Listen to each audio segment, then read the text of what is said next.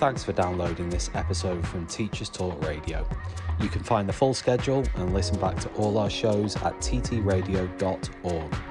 Enjoy the podcast. Teaching is a rewarding profession, but it comes with its fair share of challenges. That's where Edapt come in. We're not your typical trade union, but instead a modern, apolitical alternative, offering expert legal, employment and mental health support. Protection without the politics. So what makes Edapt different? We're always apolitical and independent, specialised solely in supporting individual teachers. Our caseworkers are professionally qualified, ensuring you always get the best advice. Plus, there's 24/7 mental health support. Whether it's a simple contract check or handling serious allegations, Edapt are here for you. Join the thousands of educators who've chosen Edapt to protect their careers. Subscribe at edapt.org.uk today. Edapt. Supporting school staff. Protecting careers. Good evening, EduFolk. How are you doing this evening? I am delighted to welcome you to this evening's show with Edapt UK, who are going to be joining us momentarily to discuss supporting and protecting teachers and everything that they offer. I can see that Tom HB is here, ready and raring to go. So I'm going to not waste any more time and hand over directly to him. Thank you very much, Lucy, and welcome to a really special Wednesday late show on Teachers Talk Radio tonight. I'm delighted to be joined by Alistair Wood, the CEO of Edapt. And let me just tell you about Edapt before Alistair joins us. Now, we can all agree that teaching is a rewarding profession, but it does come with its fair share of challenges. I'm sure that in your first 3 weeks back at work, you've come across many of those. And Edapt comes in here because they're not your typical trade union, but instead they're a modern apolitical alternative, and they offer expert legal, employment and mental health support. This is protection without the politics. So what makes Edapt different? Well, they're always apolitical and independent. They specialise solely in supporting individual teachers. Every caseworker is professionally qualified, ensuring that you get the best advice, and they are offering 24/7 mental health support. And the 24/7 mental health support is relatively new, and I look forward to talking to Alistair about that. So whether it's a simple contract check or handling serious allegations, Edapt are there for you. So hopefully in the next 90 minutes, you will be convinced to join the thousands of educators who have chosen Edapt to protect their careers. And we'll be talking to Alistair about the options available, and you can subscribe at edapt.org.uk today. So that's what Edapt are. They support school staff and they protect careers. And if you listen to the next 90 minutes and you think, I really want to be part of Edapt, then we can offer you something special in the month of September. We've got 10 days left of September. You can use the codes TTR annual or TTR monthly, and you can receive a 10% discount on a subscription. Now that means we'll look at some price comparison, but with Edapt you could save over £80 compared to an equivalent union membership. Joined now by Alistair Wood, the CEO of Edapt. Alistair, a very good evening. How are you doing? Hi, Tom. Good evening. Thanks for having me on. A pleasure to be here. Doing not too badly today, thanks. Excellent. So for the benefit of our listeners, first of all, before we get into who Edapt are and how Edapt's come about in the last decade or so, tell us about you. Tell us about your background. Tell us about your teaching experience as well. Sure. So I started teaching in 2006. Feels like a long time ago now. It probably is, actually, when you think about it. I got into teaching through Teach First, which was in its kind of early days back in those days. And I started teaching at Wembley High, a school in London. Did a couple of years there, and then I did a year in the civil service, working for the Department for Communities, then came back into teaching at another school in London, St Marylebone School. I was there for a while, did head of department jobs, I was head of year, and that's kind of where I really kind of took my career after that, was into kind of pastoral roles. And, through that, traveled a bit internationally, taught a little bit internationally. Met my wife, who's also a head teacher now. and yeah, came back to the UK, taught a bit more here, and then along that journey was part of founding Edapt, which I'm sure we'll talk about a little bit shortly. But when we founded Edapt, which was 2012, was when we really kind of kicked off properly. I stayed in the classroom because I wanted to carry on teaching. It's only recently, in the last couple of years, that I've taken a more active role in Edapt. So that's been a big change for me. It's not that long since I've been out of the classroom. So tell us all about Adapt's been going for just over a decade now. Tell us about how you got the idea, how you got the name, and how it all came together. Yeah, so essentially, it kind of came about as a result of a trip I was on with a guy called John Roberts, who some of your listeners might know through his work that he does with Oak. We were on a trip to New York with some other teachers. We were working on a policy document which was looking at how to establish positive cultures in challenging circumstances. So we're going around and looking at a lot of the original charter schools in New York, like the KIT program and places like that. And that was really interesting. But it was, so I think this was 2010. And it was the year that, I don't know if you remember this, the Icelandic volcano erupted. And it meant that we got trapped in New York for a bit of extra time. So there was a group of us, and we just sort of obviously ended up talking a lot about education policy and education in general, because that's what we were kind of there for.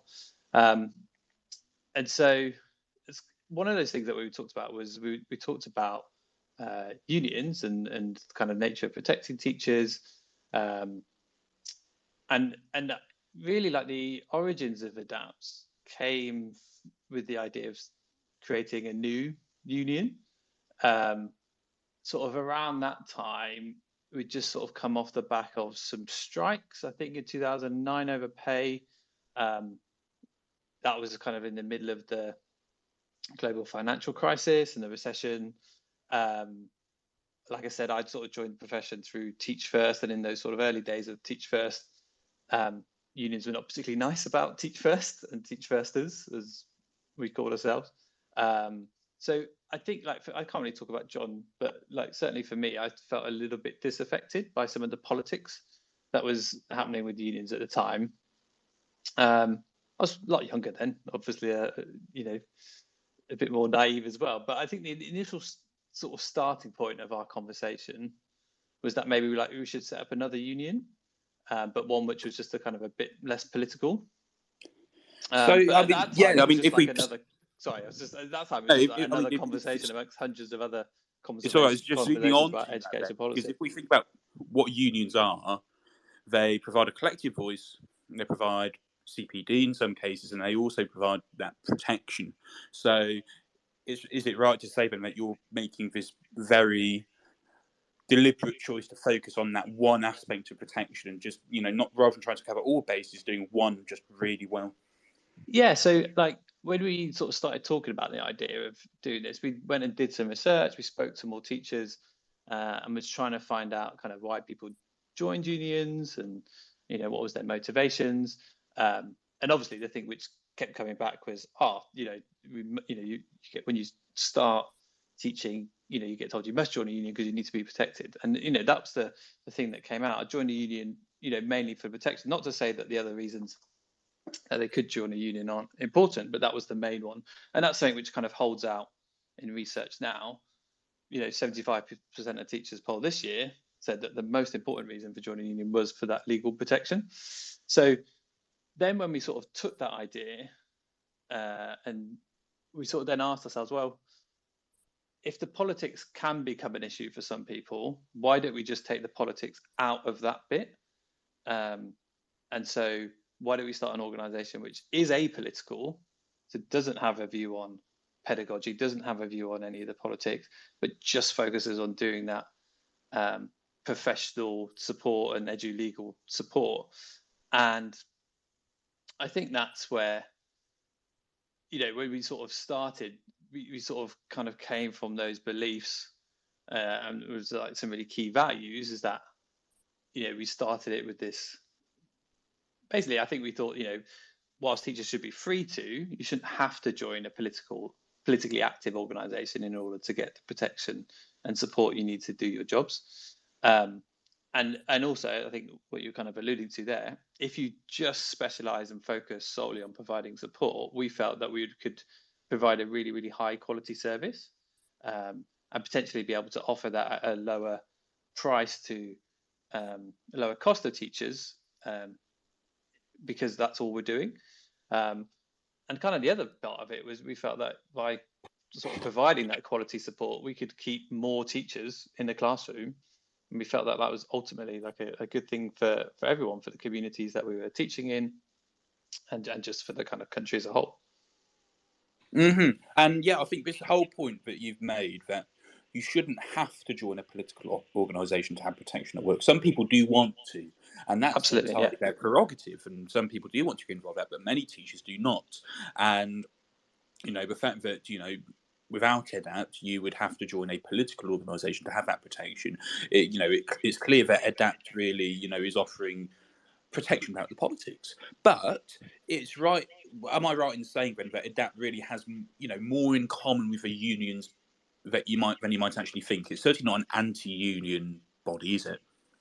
No, and I think I would certainly always start with that bit. Like, I think we've got more in common. Like, we're all about and helping teachers succeed. There are people, who will think that we're anti-union, and I can understand where that thinking comes from. I disagree with it, but I can understand it. Some people will say because we offer a choice, an alternative to the unions, some people will interpret that as undermining the union movement. I don't believe that to be the case. I mean, our aim is to ensure that every teacher is supported regardless of how they feel about their politics. And I think one of the things is also really important for me to get across, because it is really important to us as the people who've founded it and run the organization, is that we by being apolitical, we're not being anti-union, we're not against unions. We really recognize the important role that they play in the profession, in society in general. And we've always been really, really careful about how we talk about Edapt, how we talk about unions, and how we market Edapt, to try to never talk down the unions and to kind of say anything negative about what they do or what they think or any of those things, because that's a really important value to us. I think it would have been really easy for us to, I think the obvious kind of marketing stance would have been to not do that. But for us as kind of teachers who have come from that space and who have worked with people, it was really important for us never to kind of be that. And I suppose, we'll touch on this very briefly, because you were mentioned in a very positive light by a former Secretary of State for Education, Michael Gove. That didn't really help, did it? But it did at least make it clear that you're sort of, that government and you were aware, that there was awareness of that from a very early stage, I suppose. Yeah, I mean, if you think about the early days of Edapt, we're a really small organisation. We're sort of trying to challenge a massive kind of default stance of join teaching, join a union, and these are huge organisations, with tens of billions of pounds of income every year. Michael Gove picked up on our existence at some point. I think it was 2014, something like that, and he sort of name dropped us in a speech, which, whilst that was great for kind of recognition, I guess, when we were trying to establish ourselves as a political organisation, that wasn't particularly helpful. And I'm not going to say anything good about Michael Gove. I'm not going to say anything bad about Michael Gove. That's the whole point of being apolitical. But yeah, it didn't help us, I think, in trying to establish ourselves in that space as an apolitical organisation. But I like to think over the 10 plus years that we've been operating, and I think particularly in the way we've operated this year amongst the industrial action, I think we've been able to really demonstrate those values of how we are apolitical, and why actually having an apolitical organisation, I think, has been actually quite valuable, especially this year. Yes, and we'll definitely we'll definitely come on to that as well. And yeah, I think if there's one myth that we want, well, there's a few myths that we're going to dispel tonight, but one of them is, of course, that this myth that Edapt is somehow affiliated with the Conservative Party and is full of, Yeah. and is secretly funded by Michael Gove, because we know that's absolutely not true. I want to move on and just think then, because there will be teachers listening to this either live or on demand on our website, ttradio.org/listen back, who don't currently have protection at work, whether that's from a union or whether that's from Edapt. And, we think there's probably hundreds of thousands of school staff who are currently unsupported. Why do school staff decide not to get protection at work, in your view? I think it's an interesting one. I mean, and I'll start with this, and I'll probably come back to this a few times. My advice to people whenever I speak to them is join someone, whether that's a union or whether that's Edapt. Make sure you join someone, and you will definitely come on to some of the reasons why I think that's important. I think some of the reasons why people choose not to join anyone, there's definitely a cost element to that. You're looking at, depending on who you're joining, for a typical teacher, somewhere between, about sort of 15 to 20 plus pounds a month, which is not an insignificant cost, especially at kind of these times. I think there's also the perception that, for some teachers, they will see themselves and go, I'm a good teacher. Get on with my business. I'm not radical. I'm not going to do anything stupid. I'll be fine. I've not got into trouble before. I won't again. I'm not going to do anything wrong. Therefore, I don't need to pay for something I'm not going to use. Which again, I would disagree with. And perhaps we'll talk about that as well. And I think the other bit is, like, for some people, they are, and this is what we hear from subscribers who may choose to join us, is that sometimes they're put off by the political side of things. That's for individuals to decide, but sometimes people are put off by some of the stances that unions might take on other things, and therefore choose not to have that protection. I don't think that's a good reason not to have protection at all. And so, I think when I think about, like, what Edapt's purpose is about actually trying to provide a home for and giving a choice for kind of all teachers, to make sure that everyone has that protection, because, as I'm sure I'll talk about, it is unfortunately, like, teaching is quite a risky profession. Indeed, it's certainly risky business, and I think you made an interesting point there about sort of money plus for politics. And certainly, if a teacher chooses to join a trade union, they might find that they're paying fees which are going towards activities they don't necessarily support, and they may not particularly want to fund. Whereas, of course, Edapt being apolitical, you don't have a political fund at all, do you? No, I mean, we're not a trade union, and unions kind of have broader purposes about what they try to do. And like I say, I'm not here to say anything negative against that. They certainly serve a very important role. We just approach the kind of problem of protecting teachers in a different way. As a result of the way we focus on working with our subscribers, we are just specializing in providing that support. Unions have broader aims, and that's fine. That's up to them in kind of what they do, and it's really up for teachers to kind of make that choice about what they want to do, really. And that's kind of what Edapt is there for, is to provide an option. Yeah, that's a choice and it's an option. I mean, I was going to say, in the same way, there's choices amongst unions, right? There's different unions, and people will choose to join different unions for different reasons. Absolutely. And I mean, some people who I've spoken to at work and via TTR have said, well, actually, I'm not a member of a union, and I'm not a member of and I don't have this sort of insurance or protection from non-union organisations like Edapt, because I don't have the time to actually sign up and subscribe because I'm so busy at work. From an Edapt perspective, how easy is it to sign up with Edapt?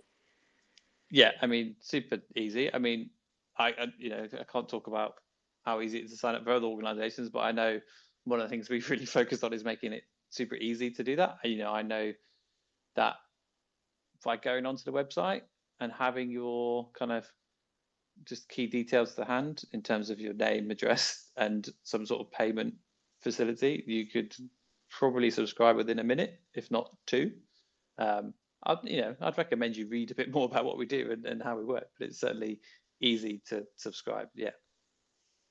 So I wouldn't accept that idea that you don't have time to get protection for sure. Now, I do want to focus on something which you brought up, and obviously, Edapt is apolitical, and I think this is going to be a good example which exemplifies this, which was, which was the strikes this year. If you've been living under a rock over the last 9 months, our listeners, then you won't have noticed that the NEU, the National Education Union, called for some industrial action over a pay dispute. And we know that the NEU was saying to teachers who are sort of members, don't tell your head teacher you're striking, you need to maximise the disruption. On the other hand, you had the government saying, well, actually, you probably should tell your head teacher if you're going on strike. Now, there will have been a lot of teachers who had a lot of questions, because many of them might have only, qualified to teach in the last few years and wouldn't have been through industrial action before. So, as an apolitical organisation, what did Edapt do when it came to the strikes? Yeah, so I think, one of the things which is kind of what we specialise in is trying to turn complex law and regulations and anything else into things which, from a kind of teacher's perspective, you understand. To put it in teacher speak, we are teachers at heart, so we know kind of what teachers want. So what we tried to do was to try and provide, as objective as we possibly could, guidance about what was going on throughout that period. So we tried to provide, one of the first things we did was brought out some guidance about what this meant, and in particular who could strike, because I think because you had different outcomes from the ballots, you had the NEU had met the threshold, you had the NASUWT who, whilst they were voting in favour of strike action, hadn't met the threshold that was in place in law. So you had lots of NASUWT members who wanted to strike but couldn't strike, or could they strike? And you had Edapt subscribers, for example, could they strike? Our aim was basically to simplify and make sense of the law, so explain what teachers could do. So whilst you kind of got the government saying what you should do, or union saying what you should do, how we tried to fit in that space was just saying, look, this is what the law says, this is what you could do. Now it's up to you to make your own decisions. And I think in a weird way, we probably, because I think we sort of tend to get, if we're going to get called anything political, it won't be kind of, we tend to get more accused of being anti-union or anti-strikes or anything like that. I think actually, in a weird way, our guidance actually provided probably more support for the strikes, in helping people to understand that if they wanted to strike, how could they do that without putting themselves at risk? How could they do that to ensure that they had the same legal protections as, for example, the members of the NEU? And certainly from within Edapt, our subscribers, because we're not a trade union, our subscribers were actually able to join in that industrial action, and I know quite a lot of them did over the course of the last year, took part and stood alongside their colleagues from the NEU. So yeah, it was a really, I think for us as an organisation, it was a really useful opportunity for us to demonstrate actually how apolitical and objective we are when it comes to what is obviously a highly politicised issue. And and strikes are intensely political. And I remember seeing when the strike action was announced, I know you, Alistair, made an excellent Venn diagram which showed the 7 different options in terms of teachers who could strike, and it was made very, very clear, lovely visual. And as a teacher, I love using diagrams and visuals in my teaching to help explain difficult concepts. But if you were, I'm looking at you right now, if you were an NEU member, obviously you can strike. If you are a member of another union, you couldn't strike. But if you're a member of Edapt, or not a member of a union at all, you could strike. And I think making it really crystal clear, yes, even though you're a member of an apolitical organisation, apolitical doesn't mean anti-political. It just means that actually, if you do support the strikes and you want to support your NEU colleagues, then you absolutely could. And if you didn't want to, you didn't have to. And having a body like Edapt, which made it clear and provided objective, neutral, apolitical advice to teachers, would have been and was extremely useful. Yeah, and I think what I would say is that, we are, of course, like certainly personally speaking, as someone who's worked in the profession for 15 plus years, I've got many friends who are teachers. My wife's head teacher. It's not that we are as individuals aren't political or have our own political opinions about things, or Edapt subscribers don't have opinions about those things. We just, and don't have avenues to voice those in other ways. We just, as an organization, have chosen to take politics out of what we do in terms of supporting teachers. It's not to say that teachers aren't right to have a voice on things. Absolutely not.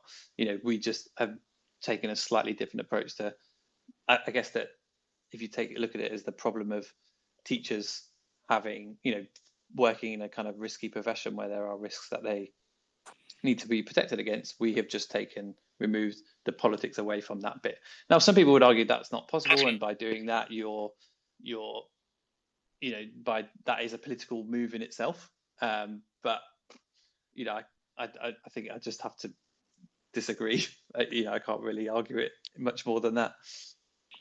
Yeah, and I mean, there's a lot. Some people would argue that education is, in its very nature, political, and I think what you're doing, what Edapt is doing, is yes, accepting that a lot of issues in education are political, but just trying to be unbiased and just trying to explain every single possible option to teachers.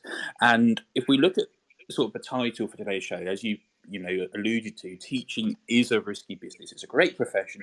So many people enjoy teaching, even though, yes, sometimes the marking can be a lot, and sometimes there are additional workload pressures. But it is a risky business, and we are looking today at how organisations, especially like Edapt, can support teachers and protect careers, because anybody who looks through the TRA findings will be aware of teachers who, let's be honest, some of them have done some utterly dreadful things that are quite rightly kicked out of the profession.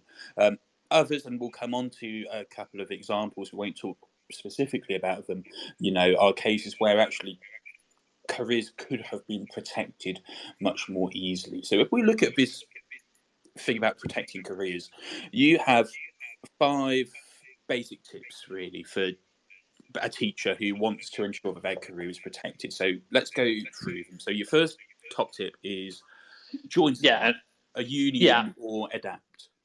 Yeah, absolutely. And and that's where I think that's probably the one thing I say the most to when I'm meeting teachers and talking to teachers, or especially talking to new teachers. I often have the pleasure of talking to trainee teachers, and I'll always say, make sure you join someone. If you join Edapt, fantastic. I think there's loads of good reasons why you should join Edapt. But if you don't want to join Edapt, make sure you join a union.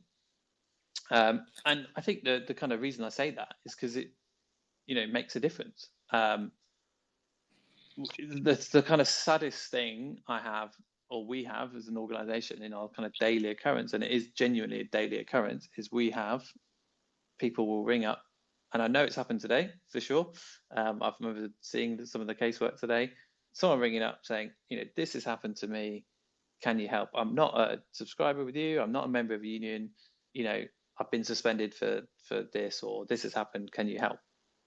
And unfortunately, that the way the kind of both ourselves and unions work is that we can't do that. It's just not a model. I don't like to compare what we do as insurance because we're not an insurance product, but it's kind of like crashing your car and then ringing up a car insurer saying, oh, this has happened, can you insure me? That you can't do it after the event.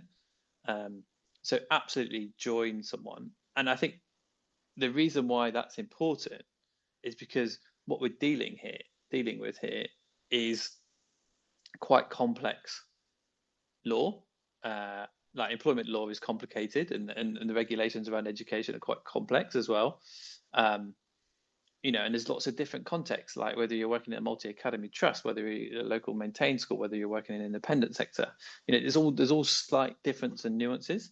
And so to get quality advice, you need to have people who really know what they're talking about. And the other kind of nature of complex legal advice is that it's expensive. You know, it costs hundreds of pounds an hour for that. And so I think it's really important to make sure you've got access to that when you need it. And as you said at the start of the show, you can have a stellar career, not a single blemish on your record, and then all of a sudden an allegation is made and you're going to need protection. And if you haven't signed up for Edapt or for another organisation, you know, you can't just ring them up and say, look, I need some help, because, hey, you know, that's the nature of any profession, really, in terms of having that. And, you know, the car crashing analogy, I think, is one that many of us will be able to recognise. So your And first I was go going to say, just to add on that, you know, I'd say like what we've done, and we've looked at a lot of our data and looked at, tried to find out spot trends and things, and there is no real trend of who is likely to, you know, have an allegation mitigated. There's kind of a few kind of slight nuances in the data, but it is really unpredictable. And the other thing I would say is, like, schools, just by their very nature, and this is certainly something I've noticed as I've left the classroom and to kind of work in Edapt full time. Well, there's two things I noticed. First thing I noticed was that I could go to the toilet anytime I liked. That was a real pleasure. But the second thing I noticed was just the lack of conflict. Like, schools are inherently full of conflict, and that's not necessarily a bad thing. That's just the nature of having hundreds, if not thousands, of people in the same space where there are rules, and there's hierarchies of kind of power with students and teachers. Like, those kind of circumstances just create the like kind of perfect conditions, well, maybe not perfect, but conditions for conflict. And so there is going to be some sort of conflict that happens. There's loads of other amazing things that are there in schools as well, but conflict is a real issue, and that won't change. And yeah, no, and that is the nature of the beast, so to speak. That is the nature of education, certainly in England.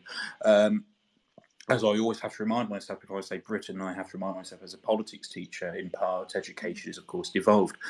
So your first top tip is join someone, whether that's Edapt or a union or something else. Your second top tip for protecting careers is to make sure you have copies of documents at home. Why is that so important? Yeah, so I think there's probably 2 or 3 key documents I think it's really important that you have your own copy of. The first one is your contract. Like, having a copy of your contract, easy to access, whether that, you know, you've emailed that to yourself or you've got that stored somewhere else, other than on your school, in your school space, is really important. You know, when we're supporting subscribers, that is the first thing we will ask for. We know, whenever there's an issue, can you send us a copy of your contract? Because ultimately, that, you know, you're employed under those terms, and those terms, and also kind of key policies like your disciplinary policy or the grievance policy. Those are the things which will determine what happens next whenever there's an issue. You'll often find these in the staff handbook. You know, teachers often given staff handbook at the start of the year, told to read through it, make sure you're kind of aware of those things. But definitely, like, make sure you have a copy, your contract, absolutely, but you know, having copies of kind of key policies is really important. And the kind of reason I say that is that, actually, if you were to be suspended for something, one of the things that tends to happen, if that happens, is your access to things gets revoked. So you're not allowed to come into school, you're not allowed to talk to people from school, your kind of IT access will be suspended. So it can just becomes more of a challenge to get access to those things when you kind of need them most. You know, schools will have to give you them eventually, but it's obviously you know, much more useful to have them to hand. The other key one about, like, having your contract is, you know, when you're changing jobs, and this is one of the things that we do quite a lot often, is a lot of our subscribers will just say, "Oh, I've just got a new job, and this is the contract. Can you just check it for me, just to check that I'm kind of agreeing to something which is fairly standard, and I'm not kind of getting myself in a tricky situation." Yeah, I mean, whether it is that simple contract check or more serious allegations, that's what an organisation like Edapt can do for you. At this point, I'm going to actually do something which I didn't think I was going to do tonight, and pick on Lucy. Lucy, are you there? Oh, she might be there. Lucy, I do want to hear from you, because I want to know, based on what Hello, I've just... Tom. Hello, Lucy. I want to hear from you. Do you know where a paper copy of your contract is? Yes, in a folder on my bookshelf. Excellent. Be like Lucy, everybody. Make sure that you've got copies of all of your documents at home on your own account, paper copies somewhere at home. Alice has now Although, disappeared. yes, he has. Hopefully he'll reappear in a moment. But just back. He will. Brilliant. He's back. I'm going to just talk then. So Alistair was giving us his 5 top tips for protecting careers. As a teacher, what you can do to protect your careers. His first tip is to join someone, whether that's Edapt or whether it's a union. And his second top tip was to have copies of your contract, of grievance policies, of disciplinary policies, paper copies at home on your own account or somewhere at home. We're now going to continue, Alistair, like nothing had happened. And we're going to move on to your third top tip, which was to get things in writing. Yeah. So how important are written records? Yeah, massively. And sorry about that. I don't know what happened. It sort of dropped out. But yeah, right. the importance of written records, like, super important. And teachers, especially those working in pastoral positions, will know how important written statements are, and kind of written evidence can be when it comes to investigation of issues, or trying to kind of find ways through really difficult issues. So yeah, the importance of written records, I can't stress enough. They do a few things really. One is that they provide clarity on things. So let's take, for example, you've got a disagreement around pay, or like a job offer that's been made to you, and how much time you're going to get given to do that role, or what your pay is going to be. If you've got that in writing, there is no disagreement about that. It just provides a really clear clarity. And sometimes these things are just genuine misunderstandings, but you don't get those when things are in writing.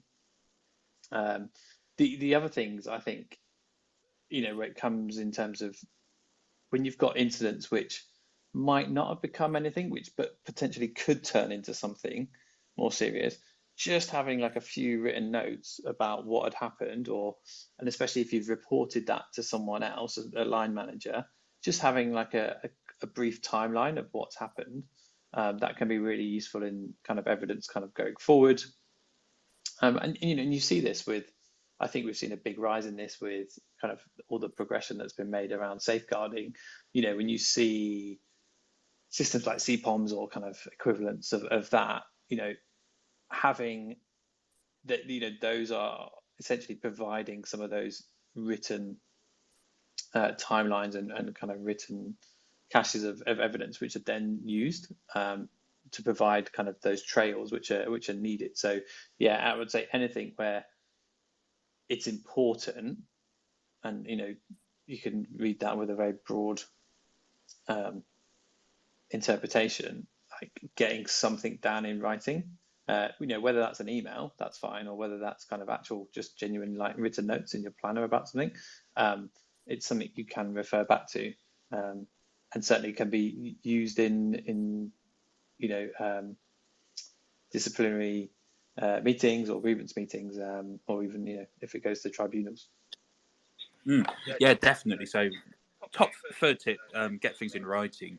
And that's important, whether that's about you or about anything. And I mean, you made a point about pastoral teams. I'm always reminded in our annual safeguarding training, anything that you write down as a log for safeguarding could end up being read out in court. So written records are always really, really important. And I can think of an example, not in my school, but but one of my friends who works in another school was offered a TLR, TLR2 for doing a head of department job, and was told after the interview, yeah, you've got the job, we'll offer you TLR2, it will be £5,000.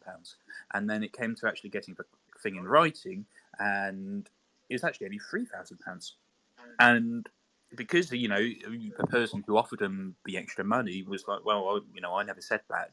And so it's really important to get things in writing as soon as possible. So our top tip so far: join somebody, whether that's Edapt or a union, have copies of documents at home, get things in writing. Tip number 4, I think this is really important: don't sit on stuff. So why is that important? Yeah, I mean, there can all be all sorts of different issues here, but you know, as teachers, we have that kind of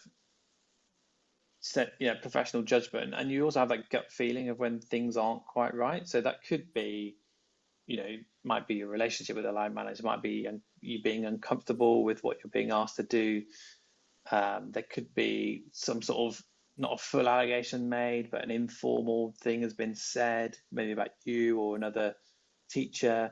You know, maybe you're being asked to do something not part of your job role, but you're kind of getting on with it, but you're not really sure if it's right. You know, actually, all of these things, and you know, it's the same advice that we give to students, is, you know, the importance of early intervention is really, really important. You know, it's important to kind of get help and support as soon as you can. Don't be afraid to kind of ask for help. You know, that's kind of like, you know, certainly what we do at Adapt is that we encourage our subscribers, if they're not sure about something, get in touch with us. You know, if there's no silly questions, just ask us a question. If it's nothing to be worried about, we'll tell you it's nothing to be worried. If it is something you should be worried about, or there's some sensible steps you can take to make sure this situation doesn't get any worse, then we can help you with that. You know, if you want to talk through an issue, like we can do all of those sort of things. And so I think it sounds like really common sense advice, but I think it's often the stuff that we often ignore when we're in those situations. So yeah, if something doesn't feel quite right, you know, try and do something about it. And you know, whether that's talking to a colleague, or getting advice from, you know, ourselves, or you know, whether if you're part of a union, getting advice from your union, like do something about it. Don't just kind of sit on it. Yeah, so never do nothing is how I would put it. If there's something, no matter how small, you know, if you pay a subscription or a membership for a union or for Adapt, then use it, because nothing is ever too small. And even if it does turn out to be nothing, you'd be much, you know, it's much better that you actually said something than said nothing and it hasn't grown into something worse. So I think that's a really, really important piece of advice. So far we have got. Join someone, whether it's a union or whether it's Adapt. Have copies of all your documents at home, especially your contract. Get things in writing. It's really important to have written records. Don't sit on stuff, never do nothing. And then finally, make full use of the support available, which I've kind of touched on there, even for the small stuff. And, you know, so when we talk about making full use of the support available, how can Adapt help with that in terms of the support which is available? Yeah, so I mean, certainly, like I'll talk about from what we do from our perspective. You know, we have our qualified legal team who are experts in legal advice, and employment law, and the education space. You know, that's what we specialize in doing, is only having those qualified experts providing that advice. We think that it's really important to get quick advice, but to make sure that that advice is really quality as well. So, you know, absolutely making use of that. You know, we also have just brought in this academic year access to 24/7 mental health support as well. And that comes from us recognizing, you know, working with our subscribers, when, you know, when something does happen, especially if it's something quite serious, there's often a mental health element that's being created here as well. Either that's potentially part of the reason why something has happened, you know, at school, or you know, you might have some sort of mental health crisis or mental health issue as a result of something happening at school. And those, you know, I certainly feel, and certainly from my background in pastoral work, you know, like they're two really different sets of expertise. You know, our legal team are great and they're really empathetic and you know, emotionally intelligent, but they're not mental health experts. They can really help you with the legal stuff, but actually, often when you've got an issue, you need another side of support as well, and that's where our kind of mental health team come in, and they specialize in that. And you know, that's the kind of approach I think we take to all of our support work at Adapt, is we just want to provide the highest quality, as much as we can, and then just to make that really quick. So accessing, you know, I think for our Adapt subscribers, I think we've managed to put together a real quality suite of options for them to get that full range of support. For those people who aren't members of Adapt, there are lots of other avenues. Absolutely use your union if you're a member of a union.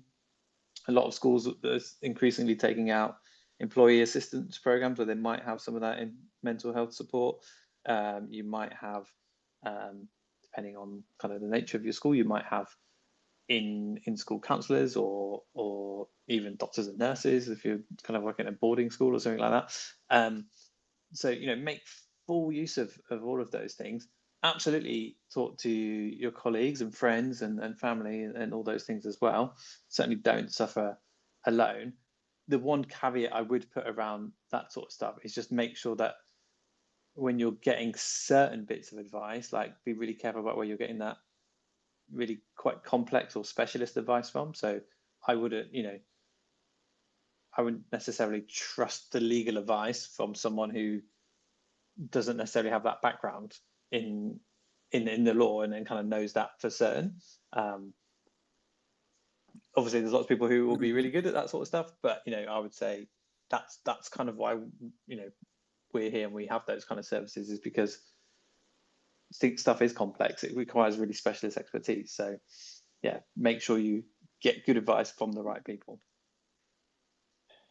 Absolutely, and it's also worth noting, of course, if you have that sort of third-party mental health support from Edapt, rather than something which has come through, say, your contract or sort of workplace benefits, if you were to be suspended, that Edapt will continue to be able to provide you with that 24/7 mental health support. Whereas if it's something tied in with work, depending on the nature of the suspension, those avenues may not be available to you. So having that third-party support, I think is really, really important. Now, if you're just joining us tonight, we're about halfway through our show tonight, the Wednesday Late Show. And if you're a teacher, you know that teaching is a rewarding profession, but it does come with its fair share of challenges. And that's where Edapt come in. They're not your typical trade union, but instead a modern apolitical alternative offering expert legal, employment and mental health support. This is protection without the politics. What makes Edapt different? Well, they're always apolitical and independent. They specialise solely in supporting individual teachers. Every caseworker is professionally qualified, ensuring that you get the best advice, and there's 24/7 mental health support. Whether it's a simple contract check or handling more serious allegations, Edapt are there for you. So hopefully from tonight, you will be convinced to join the thousands of educators who have chosen Edapt to protect their careers, and you can subscribe at edapt.org.uk today. And if you're listening in the month of September, in the final 10 days, you can use the codes TTR Annual or TTR Monthly, and you will receive a 10% discount on a subscription. And with Edapt, you could save over £80 compared to an equivalent union membership. Now, we've just heard from Alistair's 5 basic tips for protecting careers, and we know that life will be so much more complicated when you don't do those things. We don't want to talk about specific examples and specific case studies. However, I did want to mention the glue gun case study, which certainly over the last couple of months has been a hot topic of discussion for teachers, even those teachers who aren't on Edu Twitter or Edu X or whatever we want to call it now. Certainly in my staff room at work, teachers who have very little online presence, probably a Facebook account and that's it, have been talking about it. So it's certainly been a hot topic. And I suppose, Alistair, thinking more widely about the TRA and some of the risks of teaching, in a situation like the glue gun case study, what can Edapt do for you in that situation? Yeah, I mean, I'm always fairly reluctant to talk about individual situations, but I'll kind of talk generally around the kind of these things. I think certainly I think one of the things you could take from that particular incident is that a lot of things happened quite quickly, from the kind of incident happening, I think, on the Friday, what was happening in the press over the weekend, to the individual resigning on the Monday. For me, that's a really quick process. And, I don't know what access to advice and support that individual had. I can only talk about what I think we would have done, like if that had happened, to that, you could have rang us up on the weekend and got some advice on that. That would have been absolutely possible. I think we would have given some really clear-cut advice about what to do next. I don't know all the circumstances that came into why that teacher resigned on the Monday, but I kind of sense that's the sort of thing that we would have been trying to support that teacher with, kind of some, letting them really understand where they stand and kind of what the next steps would be and what the process was and what their rights were when it came to what could happen next in terms of a disciplinary, if indeed there was going to be one. I guess like that's probably the simplest way of kind of putting it, I guess. Yeah, and I appreciate you can't talk about particular cases, especially where we don't always know the full details, and we can only really go on what's been reported and what was in the TRA case. That one obviously was quite detailed. There's quite a lot of detail in there, and I think in a situation like that, I think there were certainly questions about different responses from different stakeholders within that particular case. Again, like whilst the TRA hearing and kind of report does provide some of that detail, it probably doesn't give the full picture. But yeah, there's certainly some questions around the different people involved. Certainly around the HR team at that particular institution, the leadership as well. So, they're all the sort of things that we would be hoping to kind of support our subscriber with.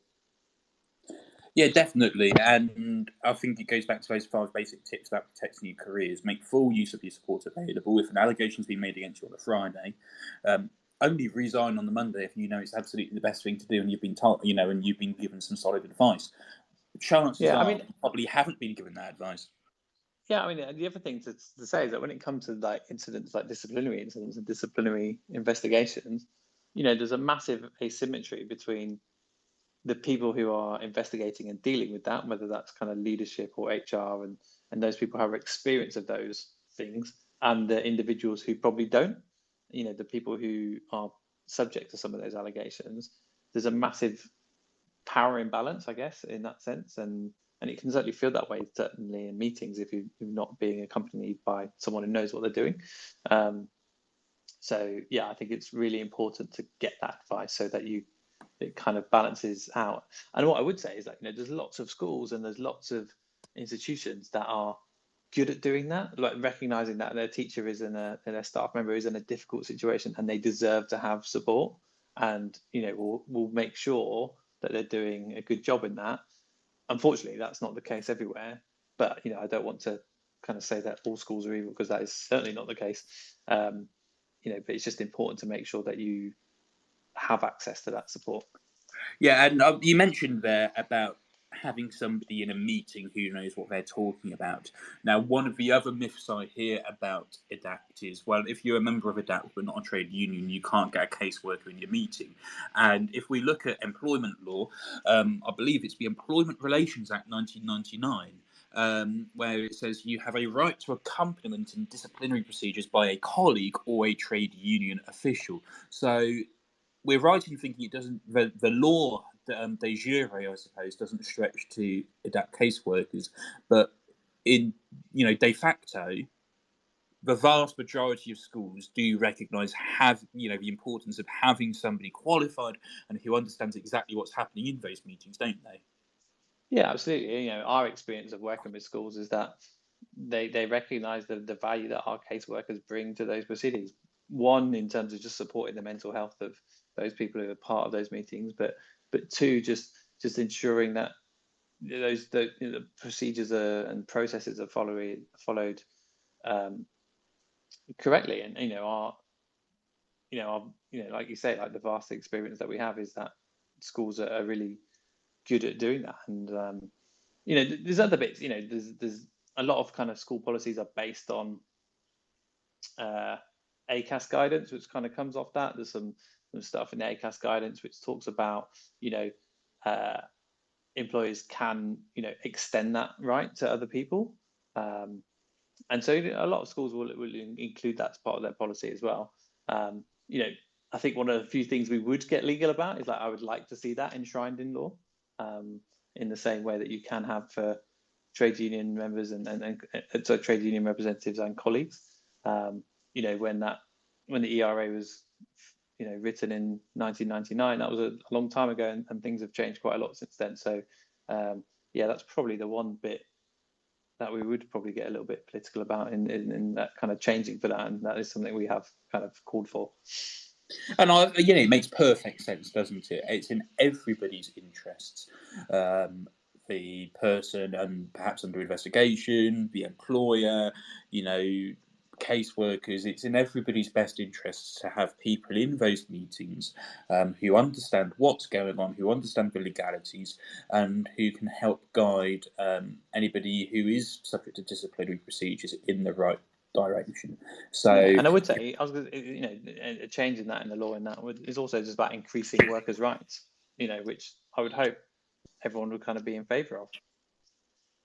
yeah, absolutely. And, you know, and as much as Edapt is an apolitical organisation, I think we can all get behind this idea of ensuring that at work, that first of all, teachers know their rights, but they know what they're entitled to. And, you know, I've heard, you know, on the, you know, secondary sources, not primary, so you can always open up to scrutiny of teachers who've been hauled in for actually primary in a couple of cases, in terms of, not in terms of primary secondary sectors, but in terms of, I heard it from somebody who's been affected, of somebody who's been hauled into a meeting by a senior leader, hasn't been given an agenda, doesn't know what the meeting is going to be about, has the meeting, it opens up disciplinary procedures, and if I'd known that was going to happen to that person, I'd have said to them, well, as soon as it happens, you say, well, I'm going to walk out and we're going to postpone the meeting, and we'll have it once I have somebody in the room with me who can explain to me my rights and what I'm entitled to, and we're going to do it properly. So, yeah, I'm fully on board with you in terms of, you know, teachers at work knowing their rights, not getting themselves into situations, ensuring that everything's in writing, ensuring that they're using the support that's available to them. I'm 100% on board with you there, Alistair. Yeah, and you know, I think it's like I say, you know, a lot of schools are really good at doing that, but it's just the nature of schools. Like there's conflict and things happen, and so it's just important to kind of get that advice as soon as you can, really. Absolutely. I want to talk about NDAs quite briefly, because I know that Tom Rogers, who's listening in, has thoughts on NDAs in education. I've spoken to people from organisations who campaign to end NDAs in all workplaces, and we know that in higher education there has been legislation passed which is seeking to reduce and minimise the roles of NDAs in higher education institutions. And I suppose, Tom and I have done some digging into particular teachers' cases, and we know that in many a case, people who are advising them, wherever they might come from, say, "Well, look, this could potentially get very expensive. Your best way out is to sign an NDA, draw a line under it, and move on with your career." What role do you think NDAs can or should have in education? Yeah, I think it's, again, like a lot of these things are not as simple as perhaps they seem on the surface. Like NDAs can be misused 100%, and seen examples of where that's happened, but they can also be very useful for all the parties involved. And especially when it comes to disciplinary issues, for example, it could very well be in the teacher's interest not to have certain things shared, and that's kind of the nature of a lot of settlement agreements which are made between schools and individuals.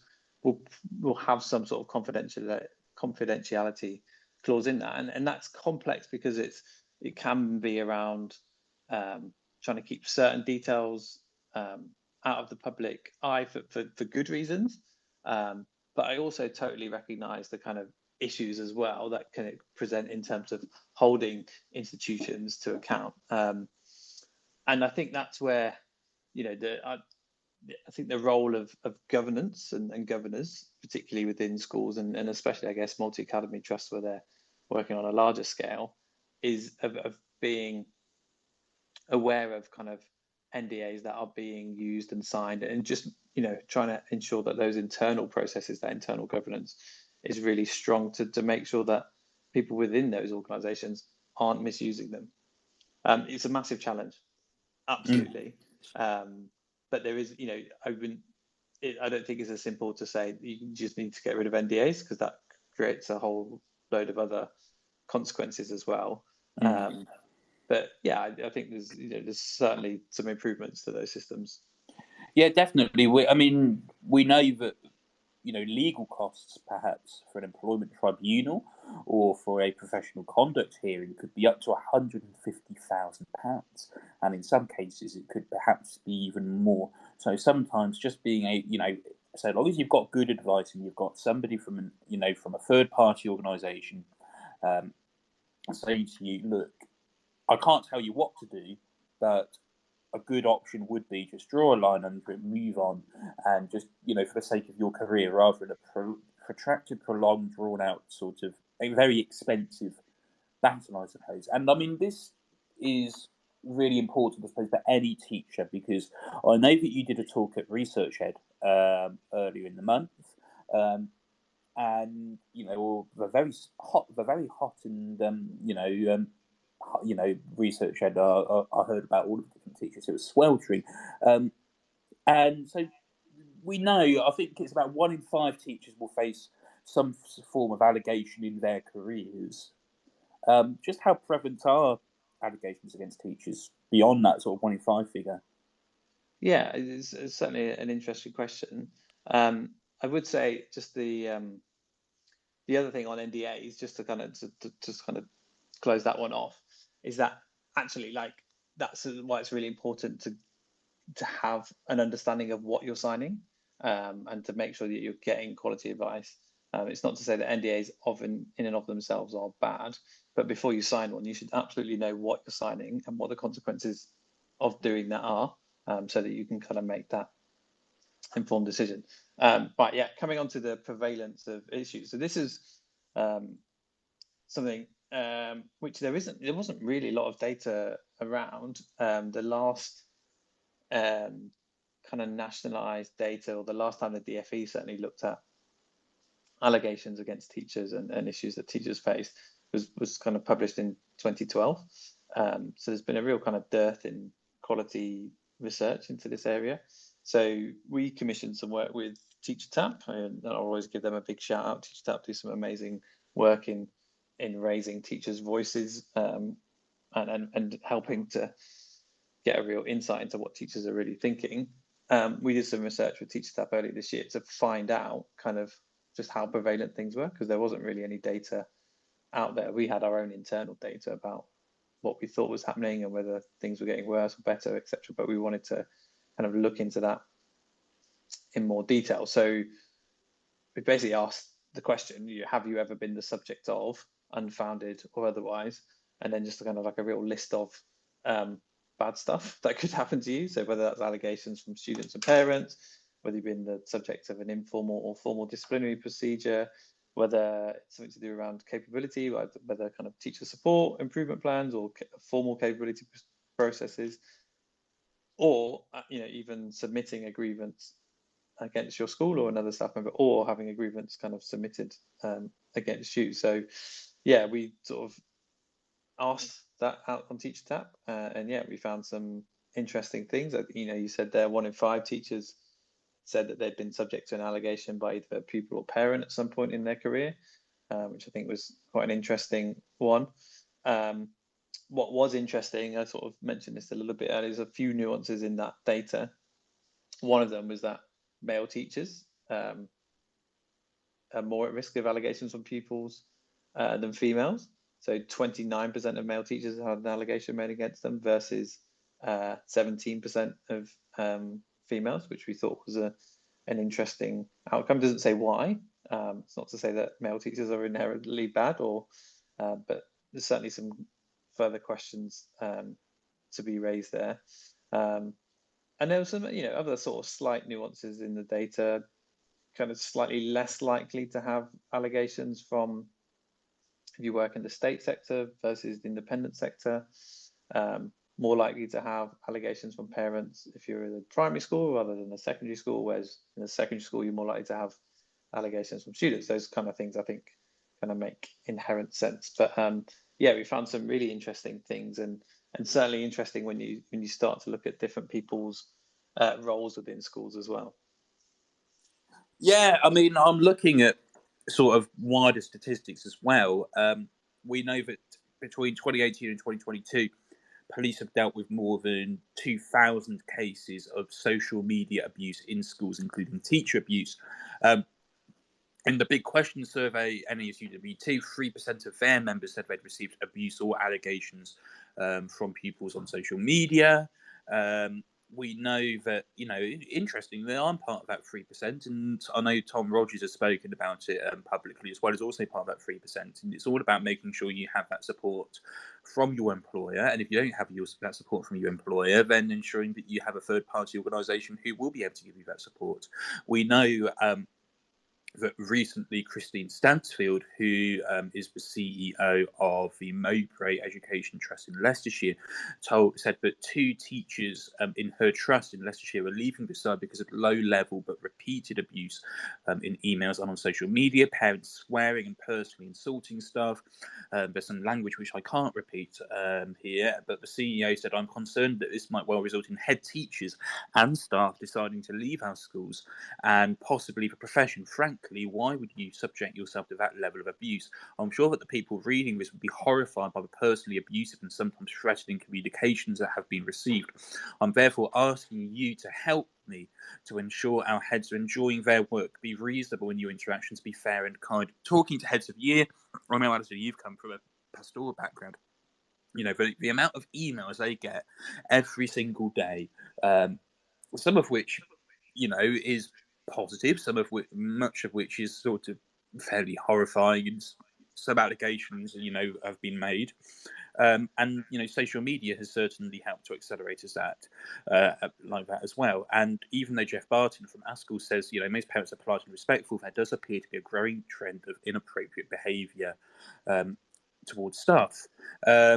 So I suppose when you're dealing with less so allegations but abuse, is there anything that Edapt can do to help you, a teacher, in that situation?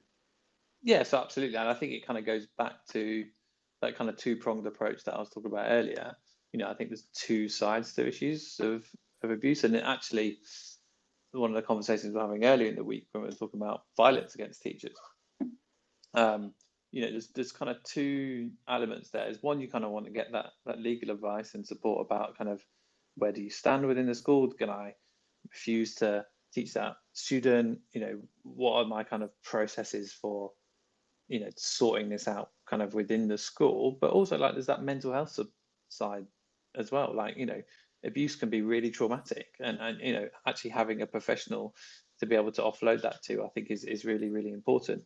I was on a panel with some people from the unions, and also Sinead McBrearty from Education Support, a charity which provides helpline for teachers, and we're talking about how teaching is one of the very few caring professions where you don't have kind of regular supervision in the same way that you would in other kind of professions, where you're kind of exposed to kind of quite traumatic things. And so that's one of the reasons why we were really passionate in Edapt about trying to bring in some mental health support into what we do, because we just kind of recognize that it's important. I think more schools are doing this more and more as well, which I think is a good thing. But yeah, I think it's certainly important to make sure that you're making again, go back to kind of those tips I was saying earlier, making full use of all of the professional support you've got access to. Absolutely. And I suppose we've sort of moved into sort of the second part of today. So we've started talking about protecting careers. And then sort of the second thing that Edapt does, which is supporting school staff. And one of the things I do want to talk about is what you get for your money, what support you get for your money compared to more traditional points of support, I suppose. And I know that you've got some figures in terms of the savings you can make with Edapt. We know that you could save over £80 compared to an equivalent union membership because of a local fund as well. So why is it that you can get support for less with Edapt? I think it's just a kind of fundamentally comes down to kind of just how we're different, I guess, from trade unions, in that we specialize in focusing on kind of one aspect of what trade unions do. Trade unions obviously do collective voice and do professional development. We've now seen that kind of specialization over the last 10 to 15 years of elements of those things that unions do being specialized by other organizations. So you've seen like the emergence of the Chartered College of Teaching, the Institute of Teaching, Ambition Institute, people like that doing kind of more the development side and research and things like that. We're the only organization that exists in that edu legal support and protection space. So I think we're able to do it a bit cheaper, I think, just because we specialize. I think we have a slightly different model in how we approach things, and because we're not doing other elements, not to say that those elements aren't important, and then people shouldn't be doing that, but we don't we don't do those things. We just focus solely on giving teachers and school staff the best possible support as an individual. And I think I'm actually an economics teacher. Like this goes back to kind of one of the fundamental kind of theories of economics, in terms of specialization. The theory is that if you specialize and do that, you could be more efficient at it and kind of do it in a higher quality, and as a result you're able to do that as a more efficient and do that as a cheaper way. So I think we're just quite good at doing that. I think one of the key differences, I think we could. One thing we actually, as an organisation, we pay VAT on our subscriptions, whereas actually unions could probably do it a bit cheaper because they don't have to pay VAT on. They don't have to pay VAT on union membership fees. But I think, we always trying to do things as high quality as we can, but also just to try and offer that as a lower price as we can to teachers and school staff around the country. And it's one of those, as you say, one of those important lessons in economics. Would you believe that today, I was teaching the American West as a history teacher, and we were talking about how as different states specialise in farming different products, are able to make more money. It's astonishing sort of things we teach in the American West. If you're a history teacher and you don't teach the American West, and somebody tells you to teach the American West, don't do it. That's another show, to be honest. Edapt specialises spending less money on other things, and for some people those other things are important, but for people who want protection without the politics, Edapt is definitely the place to go. I want to talk about something, and I don't want. It can be very easy for me on this to mention a particular union or a particular set of general secretaries or leaders, and I'm not going to. How does Edapt get the balance right in terms of not bombarding its members with information and communications? Yeah, okay. So, we often talk to kind of new subscribers about and ask them like why they've joined, and certainly that was a reason that some people cited earlier in the year about kind of what kind of like might have tipped them over to switching. Like I said, I don't like to kind of talk down any particular organizations or whatever. I think the way we try and approach things is that we, as kind of like an organization which is founded and run by teachers, we just try to do things how and almost be treated in the way that we would want to be treated as a teacher, and so coming from that background, I think makes that relatively easy to do. We kind of look at it through the lens that teachers are professionals, should be respected as such. We want to inform and educate them, but we want to allow individuals to make their own mind up.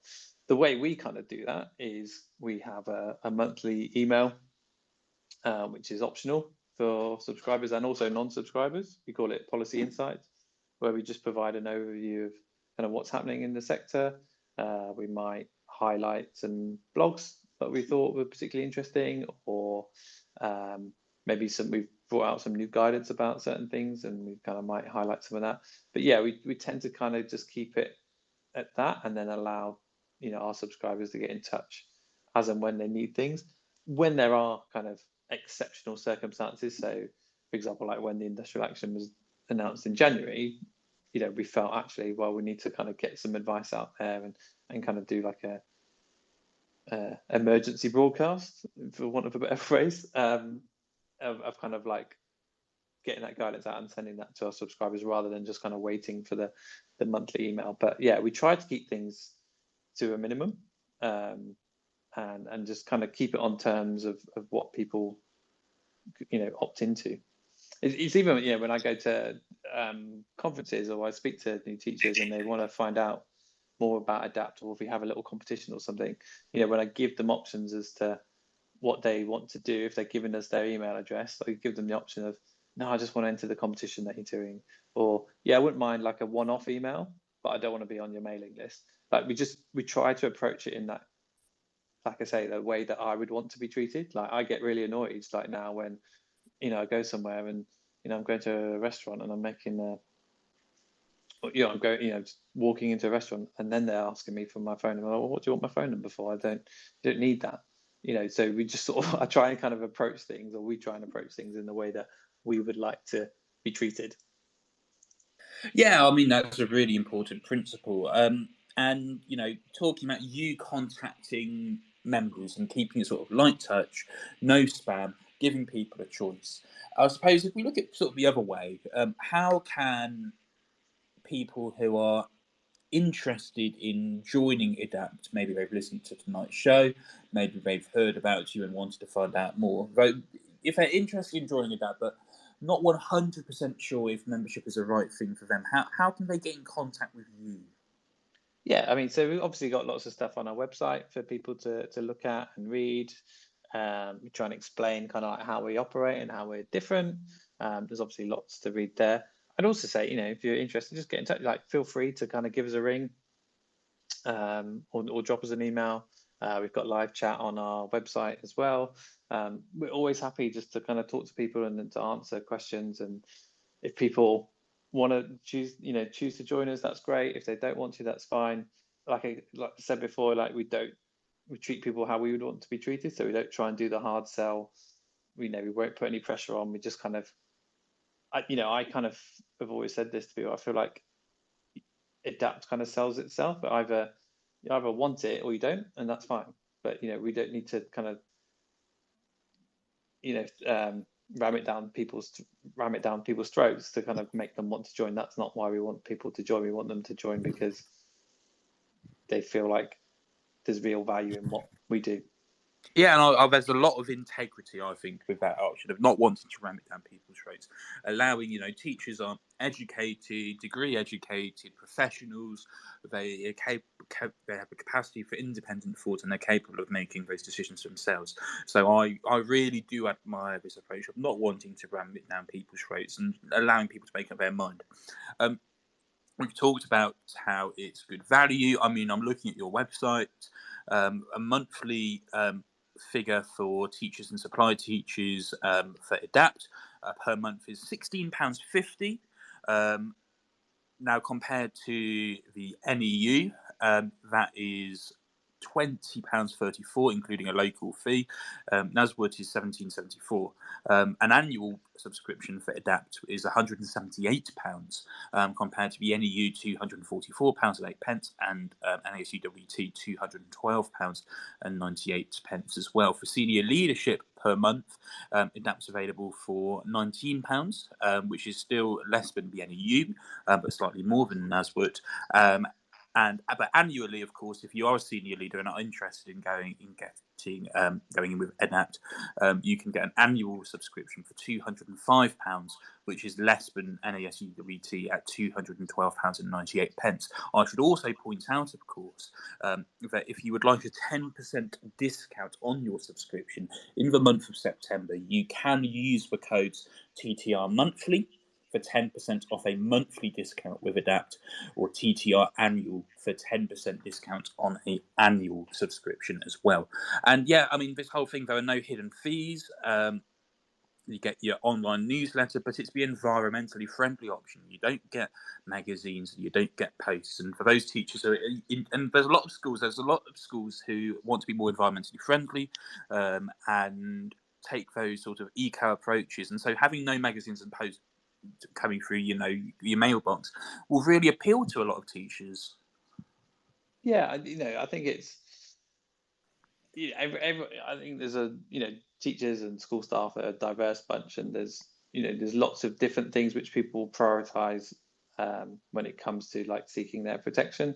For lots of teachers, a union route is good for them, but there is a significant chunk of teachers who prefer not to do that. We know from research, I think there's some research and it's kind of, I think, from this year and last year, 1 in 5 teachers say they would prefer not to be a member of a union if there were alternative legal support available, and essentially we are that alternative. So yeah, I mean, lots of teachers will want to be members of unions. That's absolutely fine, but also lots of school staff, a significant chunk of school staff might not want to do that, and that's just kind of where we come in and provide that option. Absolutely. And as you say on your website, for teaching and for protection and edu-legal support, there are no comparison websites. There's no Compare, there's no Confuse.com, which collects your monthly subscription costs. You've got to do the research yourself. And a lot of people who are deciding from their variety of options will look for word of mouth from teachers, values, pricing, of course, any testimonials, whether it's a political stance, sort of talk, ensuring that the person they have on the end of the phone is very knowledgeable. And although some people might say that employment support and protection isn't something you can really compare, like a phone contract or like an energy supplier, it's definitely worth thinking about the quality of advice, the professionalism of accompaniment, and the overall value. And with your legal support and with the 24/7 mental health support, it definitely makes it clear that Edapt is perfectly adept at supporting school staff and protecting careers. Just a little thing from me, just wider TTR. Next Wednesday, I am back. Surprisingly, I wasn't expecting to come back next Wednesday, but I'm hosting a really exciting show because the DFE, the Department of Education, has launched its workload reduction task force. And I'm going to be taking a series of calls. We've got a couple of people, including the principal at Dustin School, Sam Strickland, and Gwen, who's a former teacher, left the profession this summer. And they're going to be calling in, they're going to be saying about what the DFE's workload reduction task force could be doing, and what their focus should be on in terms of reducing workload for teachers. And I suppose, we can't make any political judgments on this at all. It gets into politics. But from a workload reduction point of view, if a teacher is struggling with their workload, Alistair, we talked about the allegation, we talked about the abuse. If they're struggling with their workload, you have the 24/7 mental health support. Is there anything else that can offer? Yeah, I think often these sorts of things, like, it's about getting having someone to talk to who perhaps is removed from that situation, and having an objective voice in it. Sometimes actually just having the space to talk through your issue with someone else can provide you the clarity of what to do next. If someone is struggling with issues, one would hope that they've got a supportive team who are going to support them around that. As a new teacher, obviously, your mentor or kind of university tutor perhaps, or other kind of senior members of school staff, you would hope would be helping you in the same way that kind of doesn't change throughout your career. There's always people you can kind of turn to, and hopefully within your organization. But obviously, like we ourselves and other organizations provide that space for people to talk through issues as well. Sometimes, that might come down to kind of legal things which are worth saying, oh, actually, that's not, coming back to what we were saying earlier about like contracts, actually, that's not part of my role. And, you can kind of say no to certain things. But, every individual situation is different. And that's why it's really important just to kind of judge each one of those on their own merits. Absolutely. And if you did, and anybody who wants to take part in the show on Wednesday, the 27th of September, again at 7:30, all you have to do is DM us at TT Radio Official, or you can email us, or email me. I'll give out my personal email if you want to get involved, tomhb@ttradio.org. I look forward to hearing from you in terms of taking part in that workload discussion. And Alistair, of course, you're always more than welcome to join that as well. In terms of what we have on TTR for the rest of the week, tomorrow night we are back with Education Tonight at 7:30 p.m. It will be Brent Poland and Adam Spence in the hot seat. And they're going to be focusing very much on the independent sector and private schools who are moving away from GCSEs, moving towards their own qualifications. That's going to be a really interesting discussion.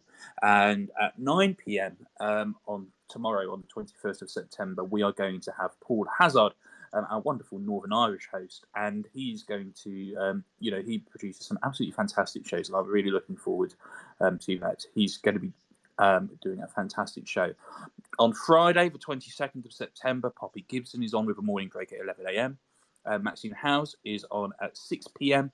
It's a big welcome back for Maxine. She's going to be joined by Sufyan Sadiq, talking about racial inequalities in the education system, showing real life experiences and considering how we can move to a position of true equity.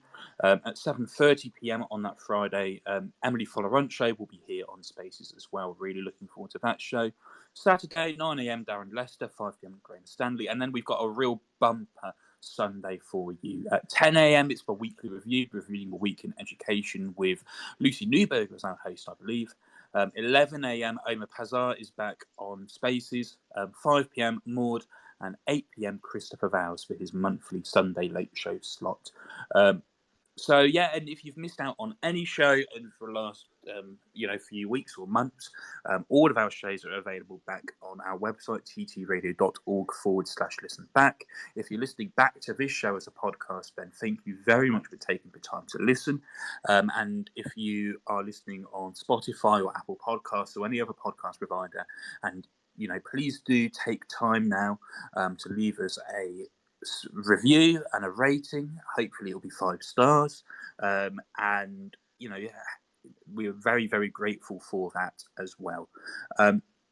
So yes, that's all from me tonight, and I just want to give a massive thank you to Alistair on behalf of Edapt, talking about how organisations like Edapt can support teachers and protect careers, and how Edapt offers protection without the politics. So thank you very much for joining me tonight, Alistair. Thanks very much, Tom, and thanks. I'll just say, thanks for everything you guys do on Teachers Talk Radio. You do a really great job of bringing light to some really, really important issues. So thanks for everything you do. Oh, thank you, Alistair. And our USP at Teachers Talk Radio is we're run by teachers for teachers, much like at Edapt. You have the teacher expertise in there. You know exactly what teachers need and want, and that is really a really important USP of organisations like TTR and Edapt as well. So thank you very much, Alistair, and that's it from me tonight on Teachers Talk Radio. We'll see you very soon. I will see you next Wednesday on the 27th for a discussion about workload. Until then, tune in and talk it out. See you later. You've been listening to Teachers Talk Radio. Tune in live and listen back at ttradio.org. We look forward to hearing from you next time on Teachers Talk Radio.